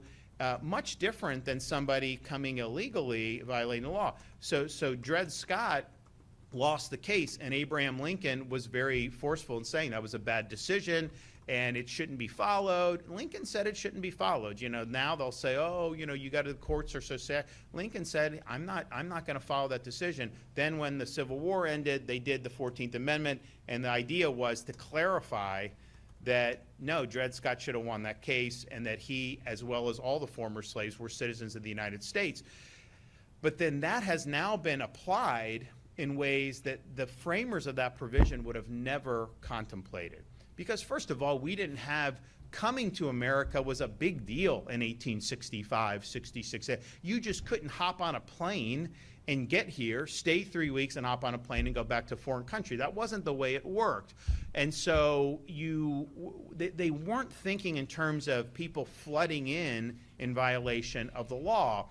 But I think if you look at those debates, clearly their intent was not to lead to what's happened. That's for sure. The question is what does the language actually say? How was that originally understood by the people that ratified it? And I think, I mean, yeah, you look at the evidence of that, I don't think that they intended someone to just come here on a visit who's foreign, have a kid, then go back, and then that kid becomes an American citizen. That kind of cheapens the whole process when you make it a tourist thing rather than something that you know, was what they intended. So the court's going to look at that today. I don't know. There's procedural things. There may be reasons why they don't rule for the administration that have nothing to do, but hopefully we'll get some analysis, because they really haven't ever addressed this specific question. They've addressed legal immigrant, someone on a visa from China. They've never addressed the illegal. So I think it's something that's really, really important. But I just, you know, when I put out a thing today, there was an analysis in the most recent year that they have figures, I think 2023, 9% of all babies born in America were born either to people in the country illegally or on birth tourism. Is that something that we think is good for this country? I just don't think that's any way that you run a successful Republican system of government. So I'm going to be looking very intently on that. I think the argument's actually going on right now. We'll get a little bit of tea leaves after that, and we'll just hope. But that's something Congress probably could address too, because they have the enforcement power for 14th Amendment. They could probably legislate within that to avoid the things that we're talking about, and they've never even really tried to do that. And so that's been very, very disappointing. But anyways, you know, if there's one thing that you're supposed to catch from that, it's what we already know. And what we already know is that whenever the Democrats or the people on the left is, every time they talk about this birthright citizenship, they always just talk about the legal migrants. But it's not just that they're legal migrants visiting here. It also includes illegal immigrants who have been here for years, making babies in this country. Now, you know, I believe that everybody has the right to for the pursuit of happiness and have a family and everything. But you can't just go and make a family knowing, or maybe it is our fault. It's our fault because the Constitution has been misinterpreted for way too long. And it looks like we're the bad people, because for so long, these people that have been in office, judges, etc., they have not been enforcing the law. They have allowed for the law and the Constitution to be overlooked, and everybody's just stepping all over it. But, you know, now we got leadership today that, whether it hasn't happened in the last 100 years, well, we can now correct that problem. That doesn't mean because there's a problem that's been going on for so long, all of a sudden, that's the way that it's going to be. I don't believe in that. And I don't think that that's right. So, for people to just sit there and say, they just want everything to stay the way it is. Well, it doesn't work that way. Okay. You have to know that there's things that are going to change. But that's because maybe the generation before us didn't do a good job. And I'm going to give you the example of the Chinese, the son of Chinese immigrants. The one thing that they never mention whenever they go and talk about this is that I believe that those parents were actual permanent domicile here, meaning they were resident aliens. And for that means that those children that they have are actually American citizens. But the fact that you can just pop out a baby, and then just go right back to your country, it just doesn't work that way. That doesn't seem fair to me, to the American people. Now, that's just the legalities of it. But when it comes to the economics of it, how much money do we spend on a childbirth? It can be up to $10,000 or more.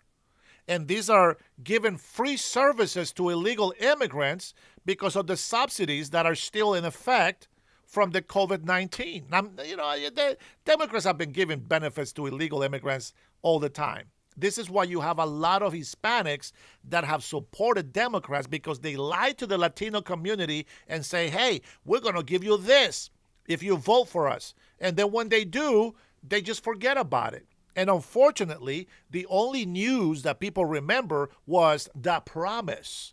And because there is a lot of Hispanic migrants that are here in this country, they think everything was fulfilled. But what they don't know is that these people will get deported at their due time, even if it's overdue. Having Trump deporting all these people, of course it makes them look bad. But at the same time, you got to use your own common sense and judge things for what they are. Let's see what update we have here from Forbes here. It's a 6-minute clip. Let's take a listen. Now, it sounds like you anticipate the final decision to go against the administration. But if the court were to rule in favor of Trump's executive order, can you talk about how many people that would affect and how it would perhaps affect your own law practice? What would you start seeing? What would we all start seeing? I think it would have a massive, monumental impact. Every year, about 250,000 babies are born in the United States, who would no longer be citizens at birth. Okay, they'd be denied Social Security numbers and passports. They'd be denied access to federal programs like Medicaid. These children, once they reach voting age, would be unable to vote. They'd be sort of disenfranchised from the political system. Many of them would become stateless, right? Because they don't have necessarily a citizenship to fall back on. There would be a huge influx in the number of undocumented immigrants in the United States. And so the impact would be massive. It would be huge, not necessarily just for my practice. Of course, a lot of my clients are here legally, and I think while they are very sort of concerned about what might happen if something like this passes, my understanding based on the government's argument was not so much that green card holders, children of green card holders would be denied citizenship, but it would be undocumented folks that would be denied access to citizenship. So, the general tenor of immigration policy is causing a lot of nervousness across the entire immigration community. And so I think that's really the biggest takeaway here. Even if this doesn't come to pass, which I don't think it will, I think the immigrant community is generally getting a sense that they're wondering whether they're welcome here. I was going to ask, do you see this case as a sort of firewall that's currently preventing other immigration questions from being asked? And part of why I ask that is some of the questions that happened in court today made me wonder if this case could have an effect on the way we as the U.S. classify temporary or permanent residents. What what ripple effects do you see from what was argued in court today? Well, as an immigration attorney, I mean, I've seen sort of, it seems like almost every week there's some action that's focused at changing the way that we define who is allowed to be here. And there's travel bans, there's broad bans on certain countries. Immigrant visas aren't being processed for many, many, many people around the globe. There's just a constant attack on legal immigration as well as illegal immigration. And I think this is central to this administration's policy, and they're going to do whatever they can to sort of limit the number of immigrants that come to the United States. Birthright citizenship, of course, was the first target. It was a day one executive order. And I think that this was sort of, I mean, as you saw, how important this is to Trump based on his attendance today. I think that even this was their primary target, and if they're unsuccessful, they're not going to stop. I think that they're going to continue along this line of trying to curtail legal immigration, any legal immigration to the United States. Does this case potentially open up questions around denaturalization? I think that's a question I've seen kind of floating among folks today. Do you see that as a potential ramification? I think it's a desired outcome for the administration. I don't see it happening. I think even General Sauer today, when he was being questioned, indicated that this would be prospective, not retrospective, not retroactive. And so I think that even the administration concedes that this is not something that they can go and strip citizenship away from all of these people on the basis of this sort of very flimsy argument about domicile. And so I don't see there being any momentum towards a denaturalization argument, whether it's by executive order or in a statutory sense. So I don't really see that happening. One of the things I've been curious about is, of course, the executive order was issued in 2025. We are now in 2026. A decision is not likely to come back for at least several weeks, likely at the end of this term, at the end of June, early July. So we're in kind of a legal limbo, but in your professional expertise, what happens to babies that have been born to undocumented immigrants between when the executive order was issued and when the decision comes down? Yeah, so those babies, based on the federal court ruling, should still be granted citizenship based on the 14th Amendment and the subsequent statutes that Congress passed over the years. So I think that we'll see whether DHS refuses to grant this benefit. I think if they do, there will probably be some injunction or injunctive relief that prevents that from happening. The billion-dollar question. What is the United States doing for our country? Well, I was going to type it in there, but they're helping us fight the cartel. Thank you for the question. That was fantastic. Why don't we do this? Why don't I go ahead and take a few questions from you guys. If you want to call in, you guys know the rules. If you've been on my channel before, do not block your phone number. Now, the reason why I ask that is because if you are just going to call in to make some stupid-ass comments, I don't want you to ever call my show again. So that's how we're going to do it. And, yeah, that's what it is. So if you want to call me, you can. Let me make sure that the line is available. Yeah, it is. And I'll get ready so that everybody can hear you. Give us your point of view, okay? I want everybody to have a chance.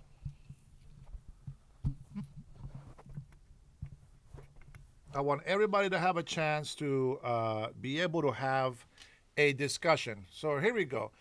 going down. Go ahead and give me a call so I can talk with you, okay? All right, let's do it, baby. Let's do it. Do it.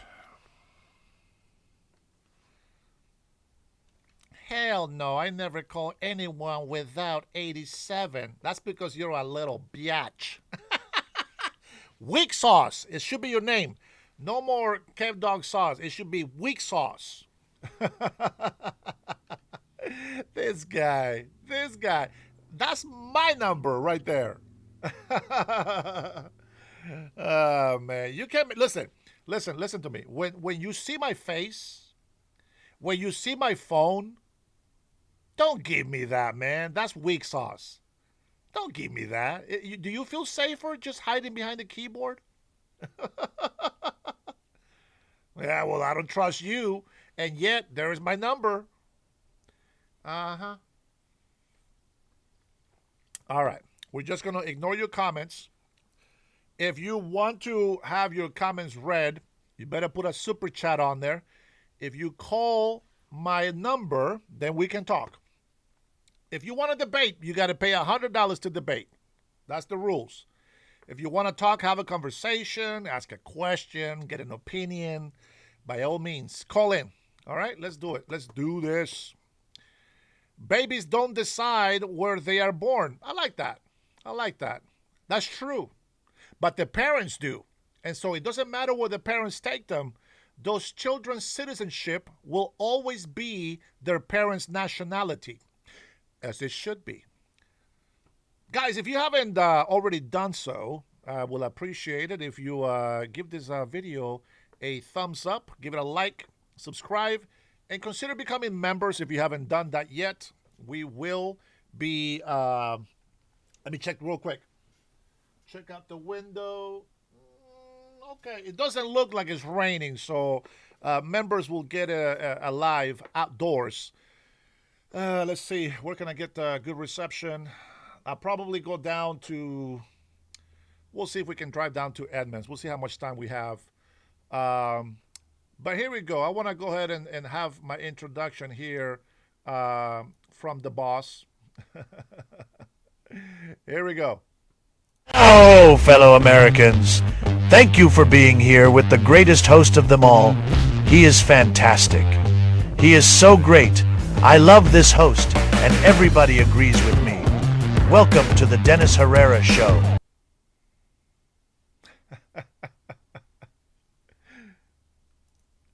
And with that being said, I want to also say thank you to my members for joining. I updated the, well, actually, what the hell happened? Did I not update this? Oh, man. Let me see if I can find this. I thought I updated it. I made a new one. Let me see. Where did I put you? Maybe. Oh, my goodness. Yeah. I had something new for you guys. Doggone it. Where did I put it? Where is it?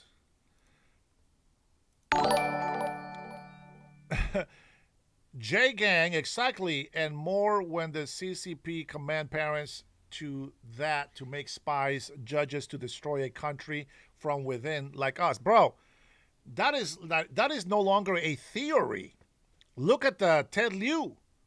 That guy is literally calling our president, like he is really judge him completely. It's not even an accusation. He's saying that President Trump is guilty of this without any proof.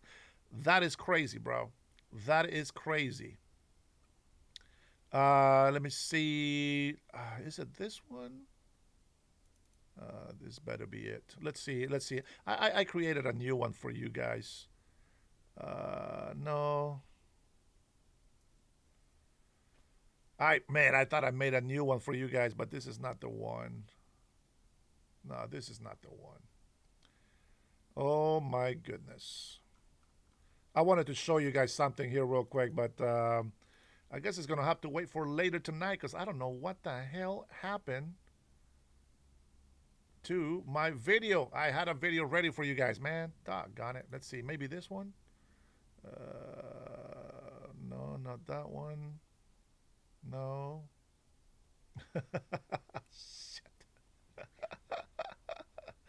Ah, man, I'm going to have to play with it later. Oh, doggone it. All right. Well, we'll go ahead and exclude it for now.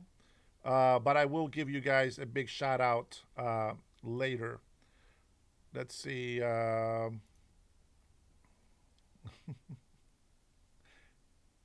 We have a a bus chat. Let's see. Man, where the hell did it go? Oh no, not yet. I'm still the boss in the chat. So let me go ahead and let me see. Cancel that one for now. You guys don't know what I'm looking at. Apologize. But okay, I'll put the phone number up there. You got to take advantage because we're running out of time. Running out of time. Give me a call. Ask your question live so that everybody can hear you. And you guys, if you are on the chat, don't forget to try to give your input as well on the questions that people ask. Okay, so that's how we get it going. That's how we get it going. And let's see. Yeah. Looking good.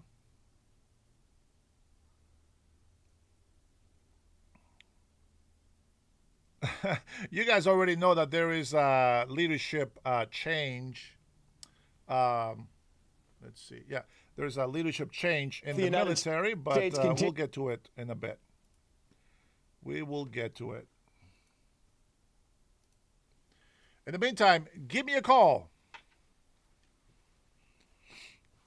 Give me a call and ask me a question on anything that we have talked about. It could be, birthright citizenship, immigration, the war, the economy. Give me a question. I'll let you guys ask a question, but you got to hurry because I'm running out of time. I want to be able to go outside and go live with my members.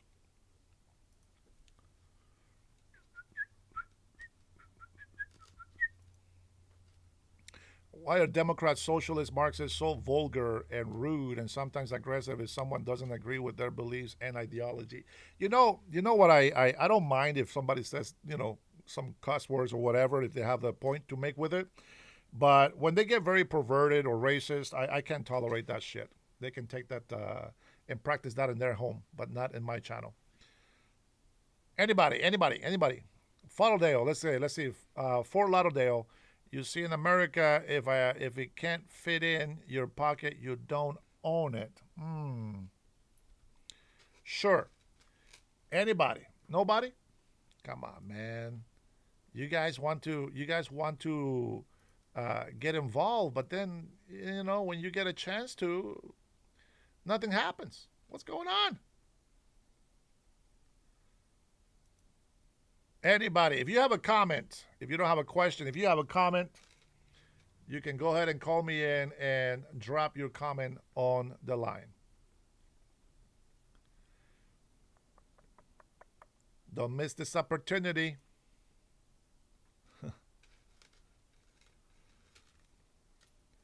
You better move. Move. Get out the way. Get out the way and move. All right. Nobody. Going once. Going twice. I think a lot of people got beat up. Protesters got beat up. Police officers got beat up. Everybody got beat up, and an innocent woman got shot in the head. Yeah, that's how it went down. But no big deal. He was just defending himself from nothing. Yeah. Okay, since you guys don't have any questions, let's go ahead and get into this last clip here. And now the target list appears to be growing. This is the Faulkner Focus. I'm Trace Gallagher in for Harris. This is the moment U.S. forces hit a key bridge in Iran. Watch.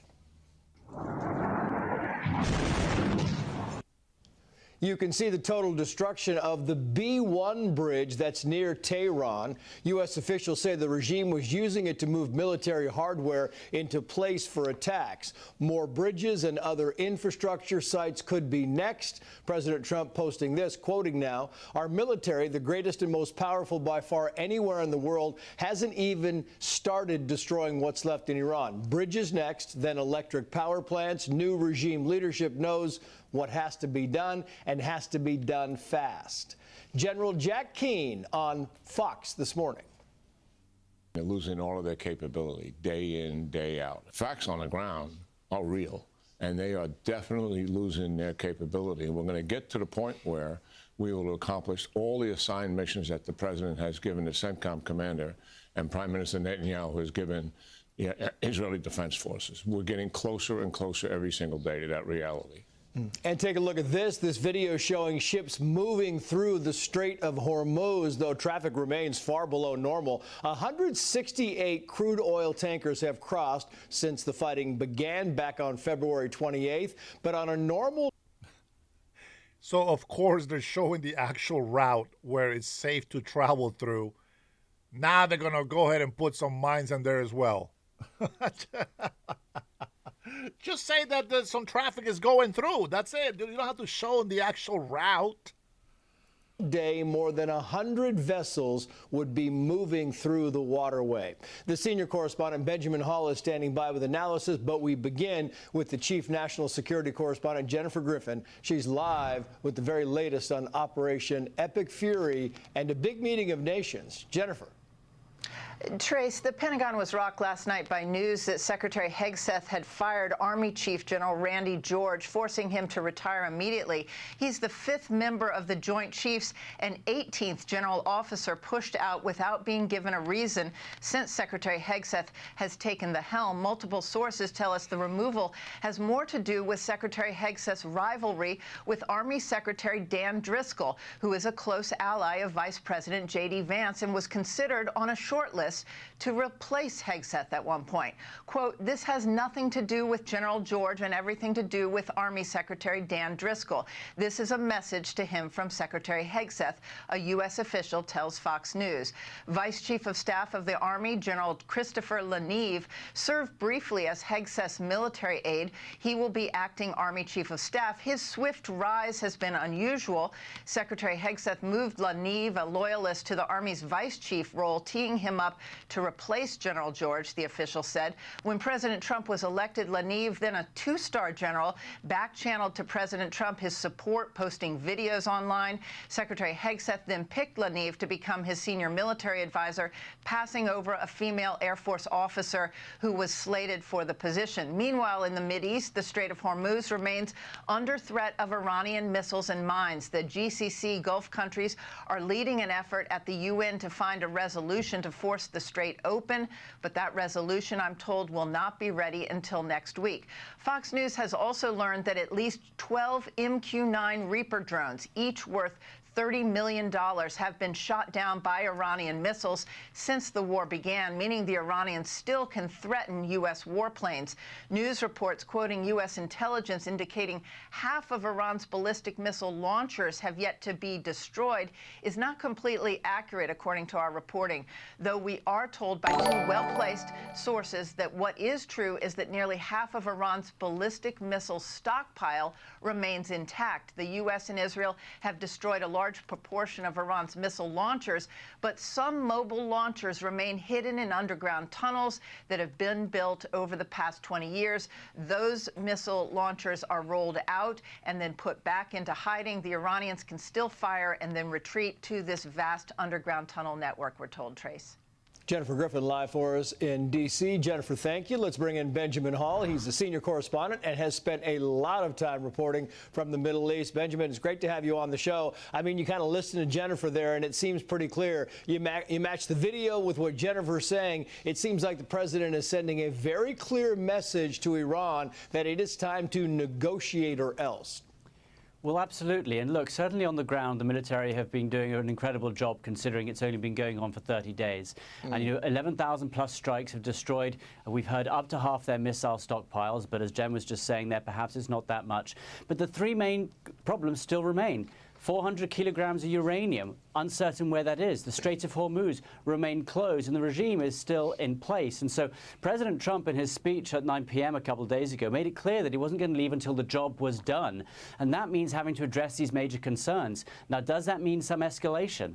It remains to be seen whether that's true or not. Certainly, thousands of troops, 82nd Airborne, Marines are in place, and many people now waiting to see whether President Trump is going to have to go further, put boots on the ground to try and achieve those. And of course, that can lead to a whole lot of other issues ahead. So we are at a really interesting moment at this time. We haven't heard as much talk about the potential negotiations with the regime. We heard a lot earlier on in the week, but less so now. And yes, perhaps the US is talking to the foreign minister or to the speaker, as they've been saying. But what effect and what power does the speaker or the foreign minister have over the IRGC and the mullahs? And so even if you're talking to some parts of Iran, you may not be talking to the military. So that seems as if negotiations may be taking a back step, and it just feels as if perhaps we're going to see some escalation in the coming days. Yeah, I think that's exactly right. Meantime, you had the author and political analyst Douglas Murray. He wrote this column in the New York Post, quoting here, "World leaders should be grateful the U.S. is doing what's necessary in Iran." It goes on to say, quoting again, "World leaders say that this is not their war. They could not be more wrong. It's just that the UK, Europeans, and others don't have the military power or the political will to do anything against that threat. They hope that one day the U.S. would make this problem off their hands, take it off their hands, because otherwise they'd have sat on their hands as the Ayatollah got ever closer to the bomb." I mean, it's very true. It's a good statement, but yet you have, hordes of the media, the left media, the liberal media, Benjamin, that are continuing to say, America could lose this war any day. Yes, and look, it's fair to say that sort of many countries, the UK, France, were not really prepared, weren't given that much notice that this was going to start. And so they couldn't have been side by side with the US at the beginning. And many of them have said they didn't see this war as legal, and they held back for a while. The question is whether or not, even if they weren't involved at the beginning, they have to become involved now. When you have Iran using cluster munitions to hit at civilians, whether these bases of all these NATO countries are being hit by Iran, the Straits of Hormuz being closed is having a serious economic effect on all these countries. Whether or not those countries were involved at the beginning, at what point do they have to become involved to help out? Now, the British Prime Minister, Keir Starmer, had a conference of 40 countries yesterday to discuss potentially how they could open the Straits of Hormuz, but President Macron of France saying that there was no valid way of doing that. So we don't know their position. They certainly weren't involved at the beginning, but does it reach a point where they have to become involved because their own influence, their economic strategy is being really affected? But I will tell you this. I mean, it's an interesting point you bring up because, you have General Jack Keane, and he has been kind of going over this war, and he has been literally just, stunned at how successful the prosecution of this and precise this war has begun. But he also has said, you can't leave without the Strait of Hormuz being open. You cannot give control of the Strait of Hormuz to Iran, Benjamin. Absolutely, and even if the US were to pull back at this point, the Iranians will see that as a real victory for them. That if they want, they can close the taps, they can shut the oil, and that gives them huge, huge power. Now, the Saudi Arabians and other Gulf states at the beginning weren't necessarily in favor of this conflict as well. They really now are, and they're feeling that you have to finish the job too, because you cannot allow Iran to feel that it has that influence. And so, yeah, the strikes have been remarkable. US military have been absolutely amazing. 11,000 plus targets working hand in hand with Israel. But this is a vast country, and it's going to take a lot to perhaps overthrow the regime or to open the Straits of Hormuz. Now, you do have to look at helping the Iranian people perhaps rise up once the military stops. They perhaps have the key to this. Millions and millions of Iranians want to overthrow the regime. How can you allow them to do it once the military campaign stops? Yeah. Meantime, Benjamin, in the Easter season, it's time. You have a new series on Fox Nation. It is called America's Churches. It looks at the places where faith, history, and community all come together and why they still matter so much to the people who walk through their doors. Here is a little sample. Can I tell you a story about something that happened right after Katrina? I saw that the cathedral was still there. And it gave me hope that I knew that we could recover if the cathedral was still there. The St. Louis Cathedral is an iconic building in the city of New Orleans where so many people come from all over. It is a sacred place. I don't believe a community can thrive without faith. what's really special about a church. It's not the building, it's about the people. Benjamin, tell us about America's churches. Well, I'm so pleased I was able to make this. And I approached Fox and I said, I've always really found churches to be so fascinating. You go to churches in the best moments of your life and the worst moments of your life. They bring communities together. They have history involved. They have so much about the community involved too. And I'm very lucky I've been able to tour America and put together this series about some incredible churches.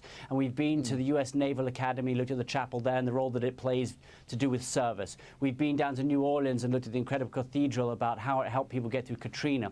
We went to, for example, Syracuse University and looked at how the chapel there helps with education and sports. And it was just a pleasure to film, and it's Easter weekend, and I think sometimes we need to remember to sit back, remember what's really important in life. It is faith, it's community, it's family, it's the things that bring us together.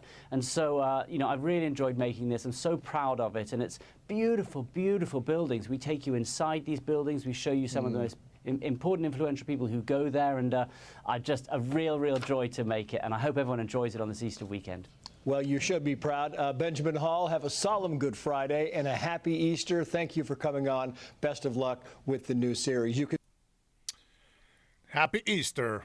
You know, I was the whole time that he was talking about the church and all this beautiful architecture, I was waiting to see who would put down on the chat, oh, they could have used that money to feed the poor.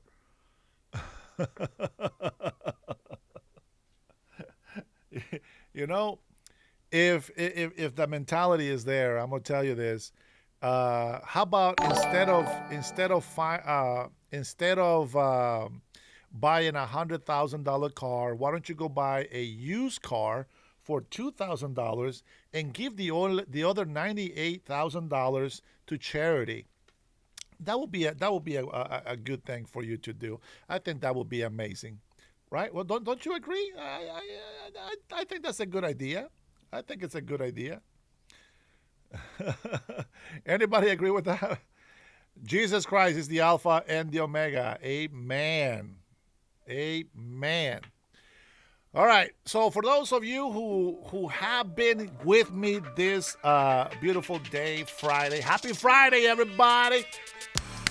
I'm going to go outside, go for a walk, hopefully get some good reception, and I'm going to go live for members only and those who want to hear a little bit more about the Dennis Herrera show. This maybe I'll share a story. We'll see how that goes. I want to say thank you guys, everybody. Thank you so much for liking. Thank you for subscribing. And thank you for those gifting memberships and for those who actually become members because you want to be part of the family and you want to be friends. I appreciate you all. God bless you, family. God bless the USA.